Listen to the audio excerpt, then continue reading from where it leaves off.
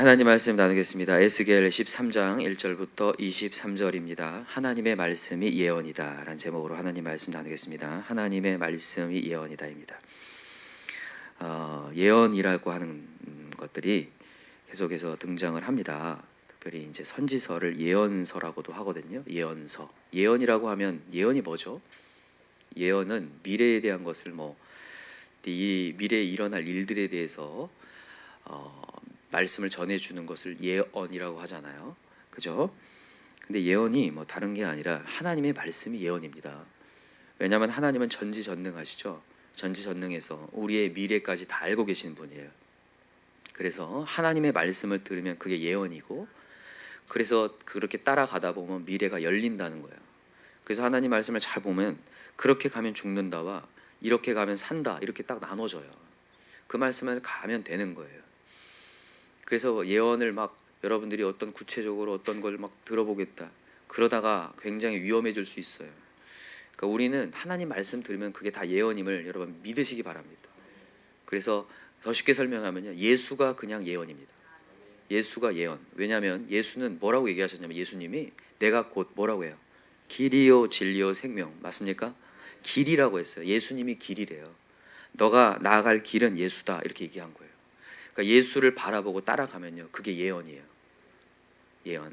여러분, 하나님께서 점 치는 것을 좋아하셨습니까? 싫어하셨습니까? 하나님 왜 싫어했어요? 점을 치는 걸 왜 싫어해요? 거기에는 하나님이 있습니까? 없습니까? 없습니다. 뭐만 있냐면요, 자기 인생만 있는 거예요. 어떻게 하면 내 인생이 부귀영화를 누리고 내 인생이 편안할까? 그것을 위해서 점을 치는 거거든요. 그것을 위해서 점을 치다가 망하는 거예요. 지금 이 세상에 이제 통계가 나왔는데, 여러분, 이 세상에 있는 지금 점으로 인한 점을 치는 산업이요, 우리나라에서 연간 4조 원이래요. 벌어들인 수익이요. 이게 얼만큼 많냐면, 영화 있죠. 우리나라가 영화가 굉장히 많이 발달했잖아요. 영화 산업이 2조 5천억 원이거든요. 근데 점이요 4조라니까요. 거의 2배예요. 특별히 10대부터 30대에 이 조사를 해봤더니 이 청년들이 굉장히 불안해하잖아요. 그래서 일주일에 한 번 이상 자기가 운세를 본다고 하는 사람들이 25%가 넘어요. 그리고 운세를 한 번 이상 본 사람들이 90%가 넘고.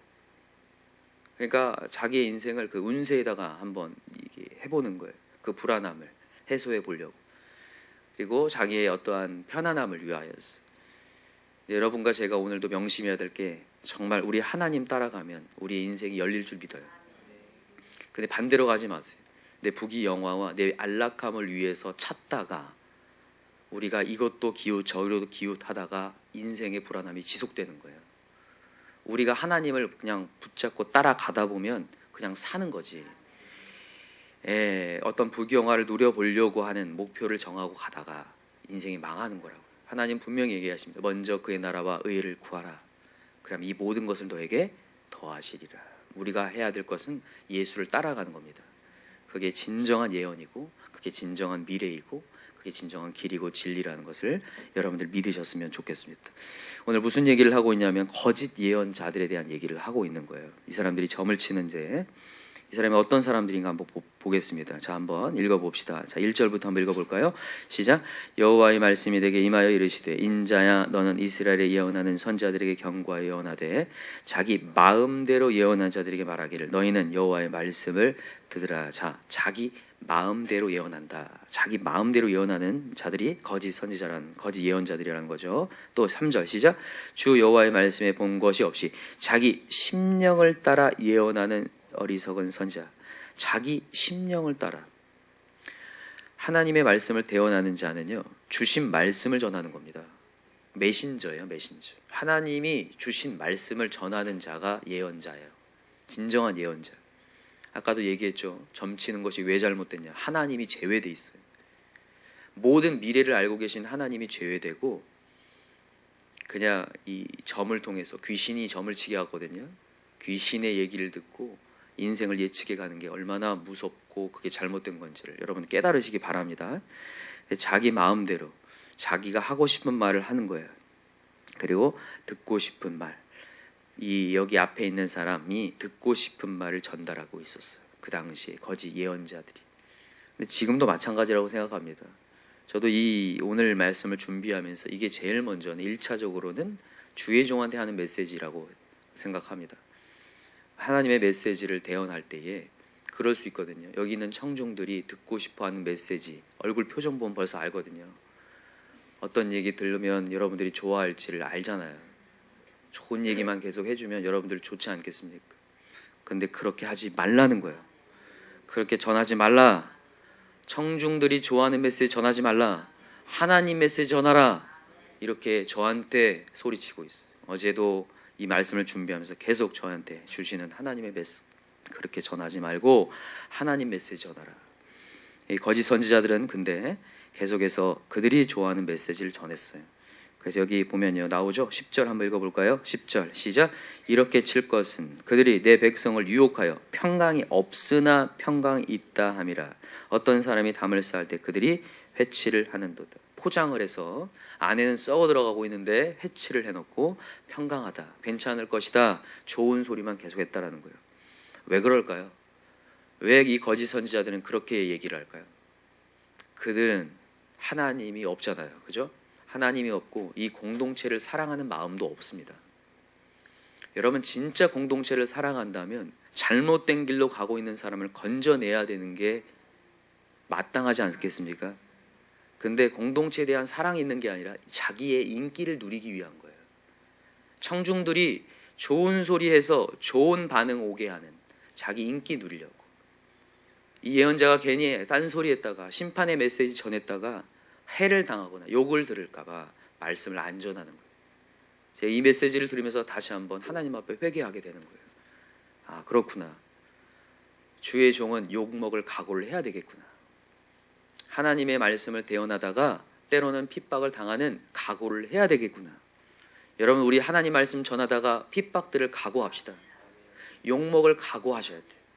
욕을 들을 각오를 하셔야 된다고요. 그렇지 않고 좋은 소리 듣기 위해서만 하다 보면 주의 말씀이 왜곡될 수밖에 없다라는 거죠. 오늘 하나님의 메시지가 그거예요. 여기 보세요. 이 사람들이 공동체를 사랑하지 않는다는 것이 쭉 얘기하고 있어요. 자, 4절 보세요. 4절 시작. 이스라엘아, 너희의 선지자들은 황무지에 있는 여우 같으니라. 너희 선지자들이 성 무너진 곳에 올라가지도 아니하였으며 이스라엘 족속과 여호와의 날에 전쟁에서 견디게 할 성벽을 수축하지도 아니하였느니라. 어떤 건지 아시겠죠? 이 사람들은 말만 하고, 이 사람들이 진짜 위기가 닥쳤을 때 성벽을 위해서 성벽을 짓거나 성벽에 올라가지도 않았다. 희생할 수 있는 사람들이 아니라는 거예요. 공동체의 위기에 닥쳤을 때 한 발 뒤로 빼고 있는 사람이에요.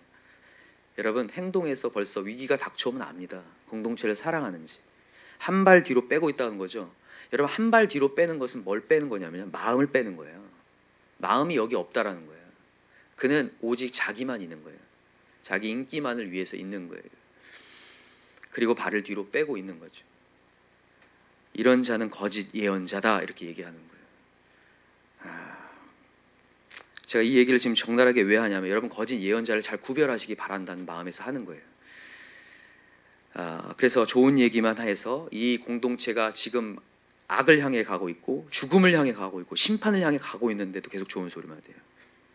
잘못된 거죠. 이것을 통하여서 이스라엘 백성이 지금 계속 망해가고 있다라는 것을 쭉 얘기합니다. 계속 얘기해서 이제 여기 22절 한번 보세요. 22절 같이 읽어봅시다. 시작. 내가 슬프게 하지 아니한 의인의 마음을 너희가 거짓말로 근심하게 하며 너희가 또 악인의 손을 굳게 하여 그 악한 길에서 돌이켜 떠나 삶을 얻지 못하게 하였은즉 너희는 다시는 허탄한 묵시를 보지 못하고 전복도 못할지라. 내가 내 백성을 너희 손에서 건져내리니 내가 여호와인 줄을 너희가 알리라 하라. 그래서 진짜로 의인으로 좋은 길로 가고 있는 사람도 거짓말을 통해서 정말 근심하게 만들고 또 악인의 길로 가는 사람을 돌이키지 못하게 만들고 있다 얘기를 하는 거예요. 여러분, 우리 죽어가는 영혼들을 건져낼 수 있는 하나님의 메시지를 제대로 전합시다. 저도 마찬가지로 여러분도 그랬으면 좋겠고요. 또한 여러분들이 그 거짓 예언을 구별할 수 있는 영적 분별력이 다 있으셨으면 좋겠어요.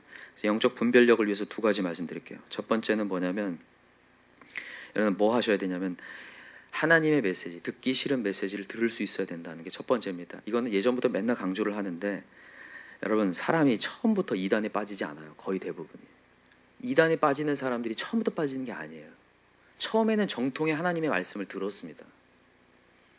이단에 빠진 사람들 우리가 타락했다 이렇게 표현하거든요. 타락했다. 타락이 어떤 의미입니까? 타락. 처음에는 좋은 곳에 있다가 나쁜 곳으로 간 게 타락이잖아요. 처음에는 바른 복음, 건강한 복음을 듣고 있었어요.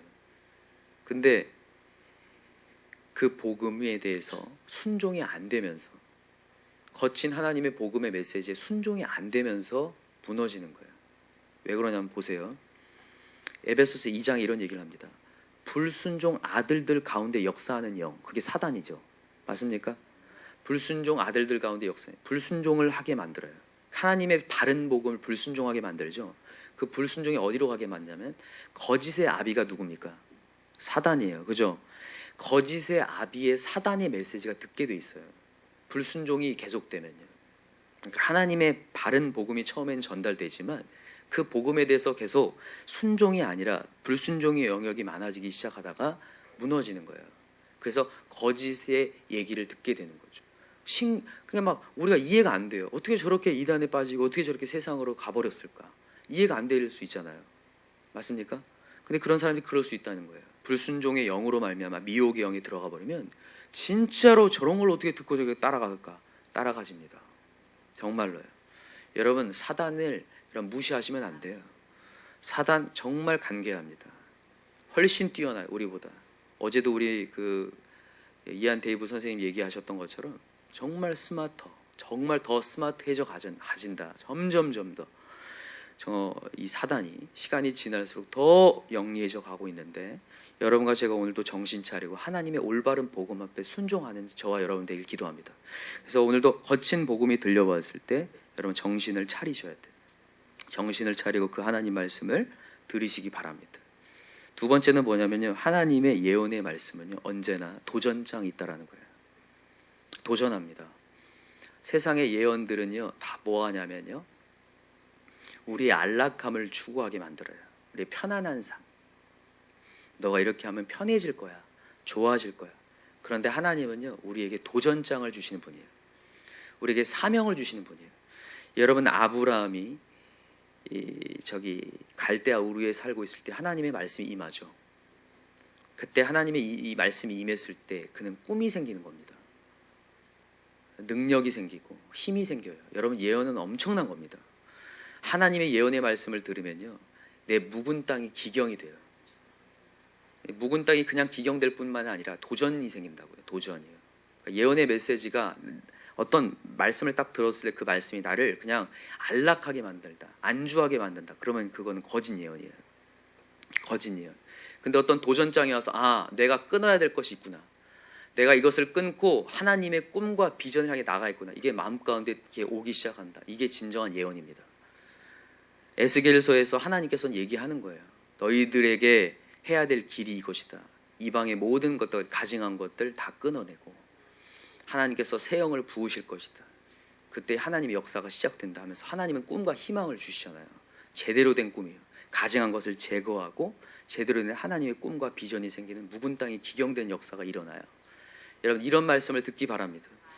하나님께서 내가 끊어야 될, 근데 이런 메시지를 듣기 싫어해서 하나님의 메시지, 묵은 땅을 기경하라는 하나님의 메시지를 듣기 싫어해서 그냥 이대로 그냥 가려고 하다가 우리의 삶이 무너지는 것을 보거든요. 그래서 하나님은 지금도 우리의 마음을 후벼 파서, 마음을 심령을 감찰하셔서 우리의 마음을 완전히 돌려내기를 원하신다는. 여러분, 잠언 4장에도 우리 하나님 말씀이 있습니다. 뭐를 지킬 만큼 뭘 지키라고요? 마음을.